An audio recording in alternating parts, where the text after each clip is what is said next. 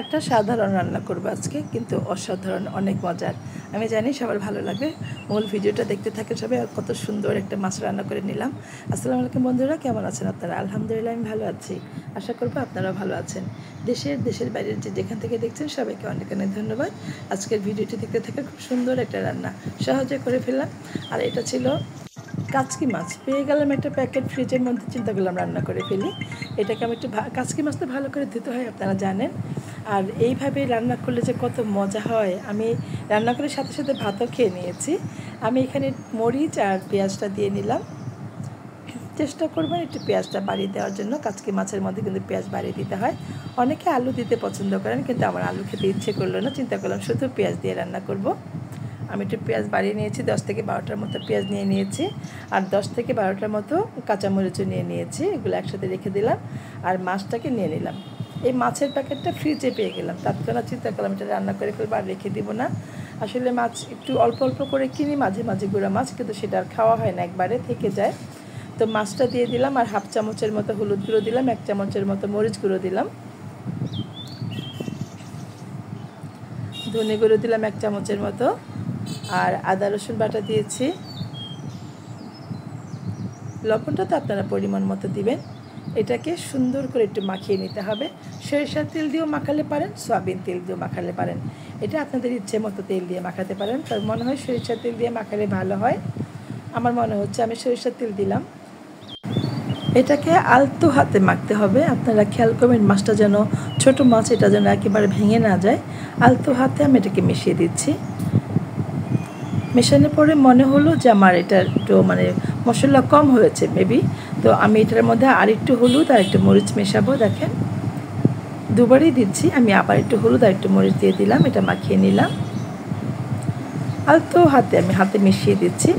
এবং এটার মধ্যে একটু পানি দিব, পরিমাণ মতো 1 কাপের মতো পানি দিব। পেঁয়াজগুলোকে ভেঙে দিচ্ছি, পেঁয়াজগুলো একটু বড়ো করে দিয়েছি, যাতে এটা মাছটা রান্না করলে পেঁয়াজটা দেখা যায়, ভালো লাগবে। পেঁয়াজ দিয়ে মাছ রান্না করলে পেঁয়াজটা একটু বড়ো বড়ো থাকলে খুব সুন্দর লাগে, দেখতে ভালো লাগে। সেম রেসিপি ফলো করে আপনারা খেয়ে দেখবেন আমার মাছের রান্নাটা কত মজা ছিল। 1 কাপের মতো পানি দিয়ে দিলাম। মাছের সমান সমান থাকবে। আপনারা যতটুকু মাছ নেবেন, কে কতটুকু রান্না করেন পরিবারের সদস্য সংখ্যা অনুযায়ী মাছের সমান সমান পানি দিবেন, যেন পানি বেশি না হয়ে যায়। আলতো করে মিশিয়ে দিলাম। এখন এটাকে আমি চুলায় বসিয়ে দিব। দারুণ হয়েছে কিন্তু এটা। সরি, আমি কিন্তু এখানে একটুখানি সয়া সস দিয়েছি, সেটা আপনাদেরকে বলতে ভুলে গেলাম। হয়তো দেখাতে পারি নাই, সে ক্লিপটা উঠে নাই।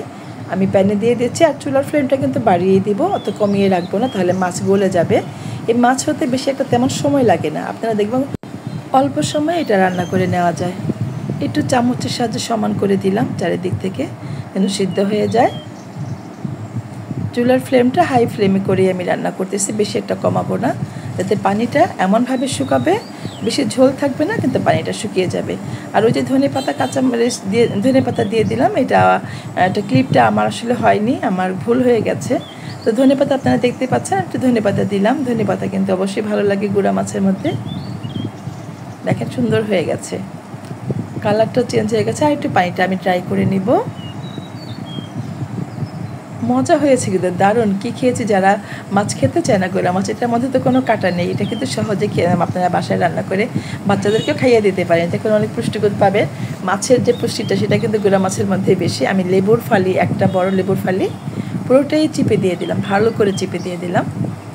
হয়তো বা মেবি আমার মনে হচ্ছে বড় টেবিল চামচের 1 টেবিল চামচের মতো হবে। আমি যতটুকু রস ছিল নিংড়ে ভালো করে চিপে দিয়ে দিলাম। আর কি যে মজা হয়, যদি কারো বাসায় লেবু গাছ থাকে। আমি অনেক লেবু গাছ লাগানোর চেষ্টা করেছি, পারিনি, হয়নি।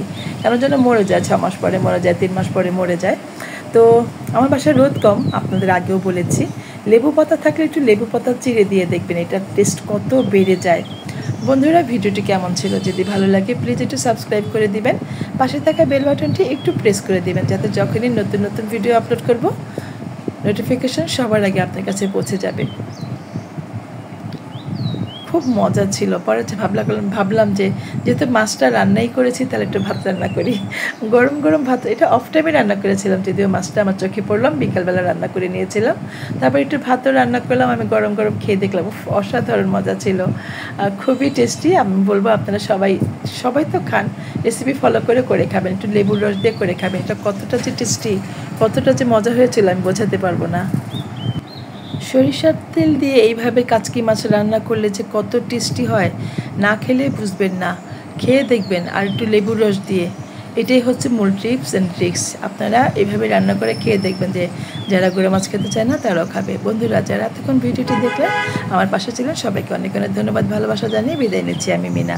দেখা হবে আবার নতুন কোনো ভিডিও, নতুন কোনো রেসিপি নিয়ে। বন্ধুরা, ভালো লাগলে অবশ্যই লাইক কমেন্ট করে চ্যানেলের সাথে থাকবেন, আর ছোট্ট করে একটু কমেন্ট করে বলবেন কেমন ছিল আজকের রেসিপি। সবাইকে অনেক অনেক দোয়া আর ভালোবাসা দিয়ে আজকের মতো এখানে বিদায় নিচ্ছি আমি মিনা। সবাই ভালো থাকবেন, আল্লাহ হাফেজ।